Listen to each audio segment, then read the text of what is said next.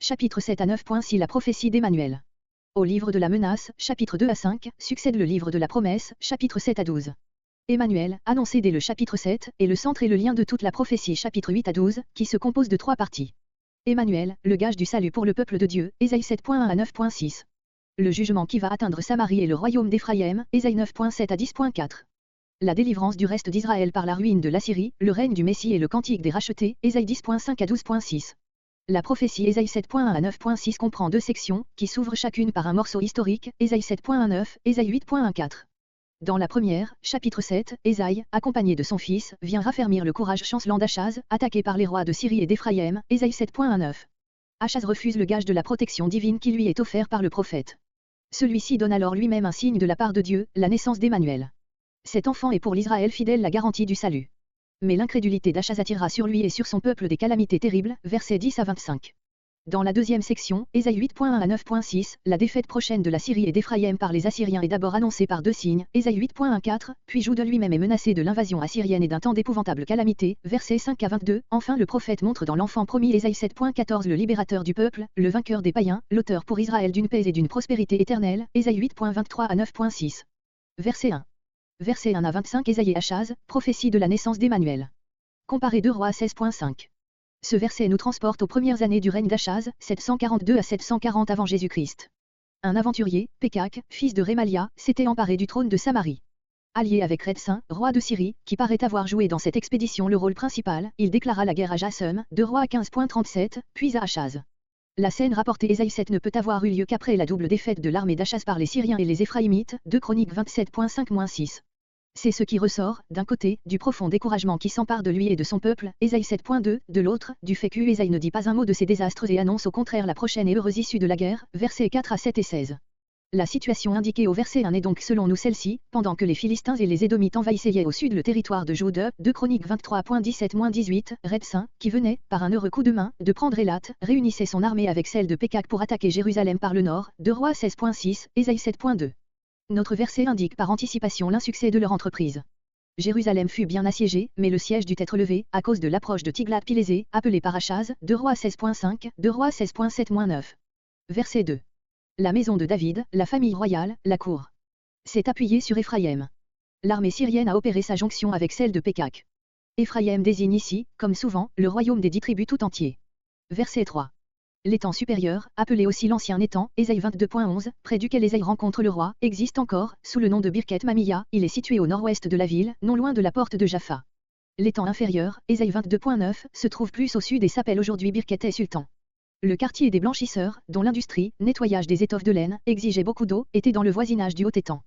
C'est dans cette même localité que l'envoyé de Santchérib, Rabsaké, s'entretint plus tard avec les délégués des Échia, Ésaïe 36.2. Achaz s'y était rendu pour surveiller des travaux de défense. La ville est en effet très faible de ce côté, tandis qu'au sud et à l'est elle est protégée par de profonds ravins. Il importait d'ailleurs de ne pas laisser au pouvoir de l'ennemi les sources voisines de la capitale et de les conserver pour l'usage des habitants, 2 Chroniques 32.3, 2 Chroniques 32.30, 2 Rois 20.20. Le nom du fils d'Ésaïe, Shear-Jashub, un reste se convertira, exprime les deux parties, menaçantes et consolantes de toute prophétie, un reste seulement, annonce implicite du jugement, mais un reste certainement, se convertira, résumé de la promesse. Comparez Ésaïe 6.13, note, Ésaïe 10.21-22. L'idée qui domine ici est celle de la promesse, car le message qu'Ésaïe apporte est tout de consolation, versets 4 à 9. Verset 4. Prends garde. Ésaïe exhorte le roi à ne point se laisser troubler, de peur d'offenser Dieu par son incrédulité, sois tranquille et Dieu te sauvera.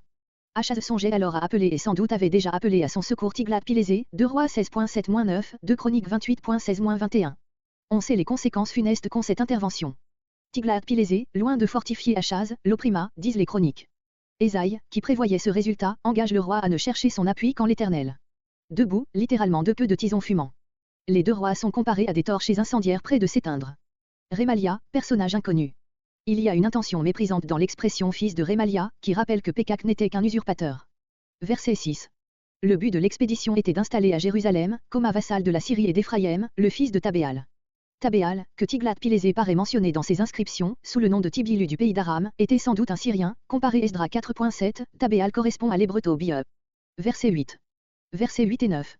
2 sens sont possibles, la Syrie dépend de Dama, sa capitale et Dama de Rédsin, son roi. De même, Éphraïm dépend de Samarie et Samarie de Pékak. Si donc Rédsin et Pékak ne sont plus que des tisons près de s'éteindre, Juda n'a plus rien à redouter de ces 2 États. Ou bien, Redsin et Pekak ont chacun leur domaine et leur capitale, c'est la limite qui leur est tracée d'en haut, s'ils veulent s'étendre au-delà, ils échoueront dans leur dessein. Ce second sens paraît plus simple. Encore 65 ans, Éphraïm.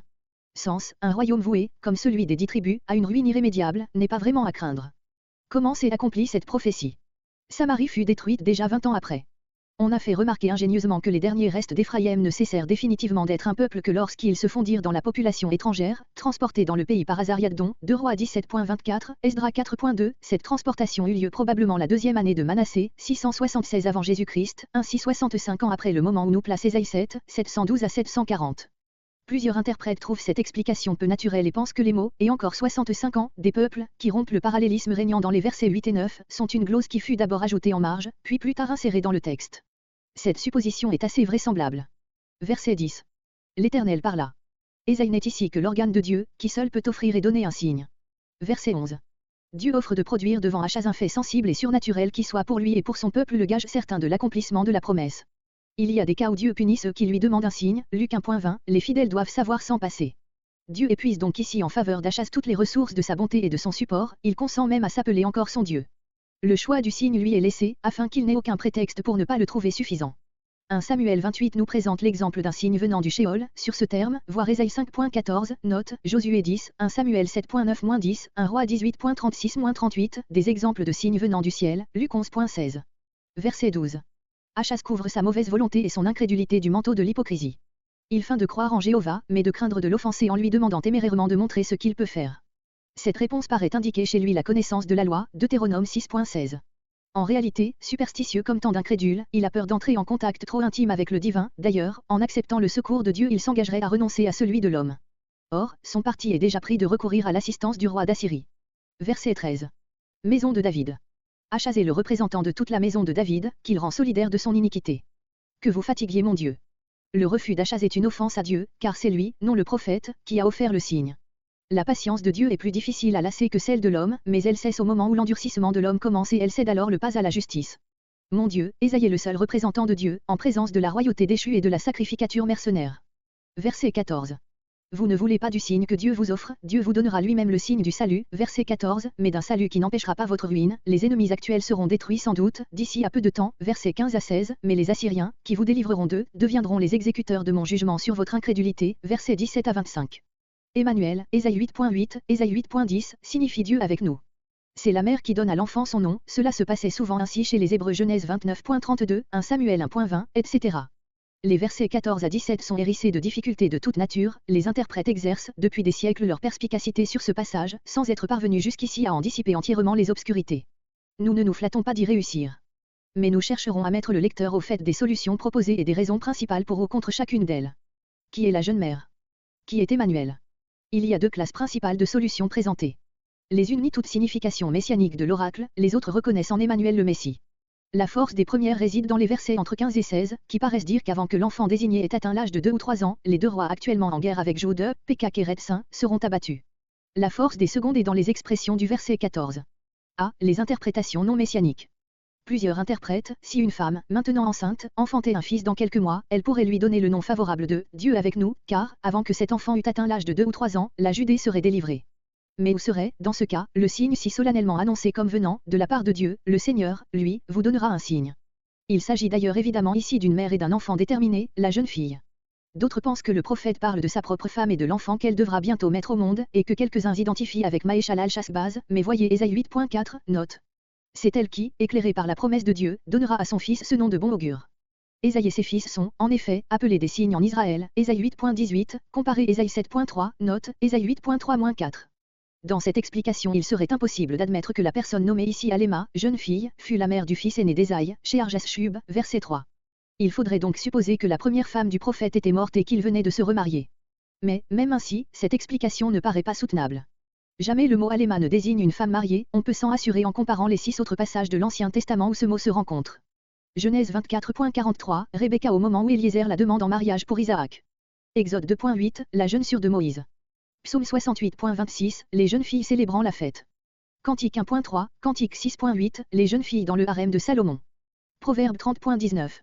Le mot Aléma n'est point, sans doute, synonyme de Betula, qui exprime la notion de virginité, il désigne la jeune fille, vierge ou non, en tout cas non mariée, comme cela ressort des exemples cités. Ajoutons qu'en Ésaïe 8.8, Emmanuel apparaît comme le légitime propriétaire de la terre sainte, envahi par les Assyriens, ton pays, ô Emmanuel. Pourrait-on parler ainsi d'un simple fils de prophète? On a pensé, par cette raison, à un fils du roi Achaz lui-même, à Ézéchia, par exemple, qui a vraiment joué en Israël un rôle de libérateur.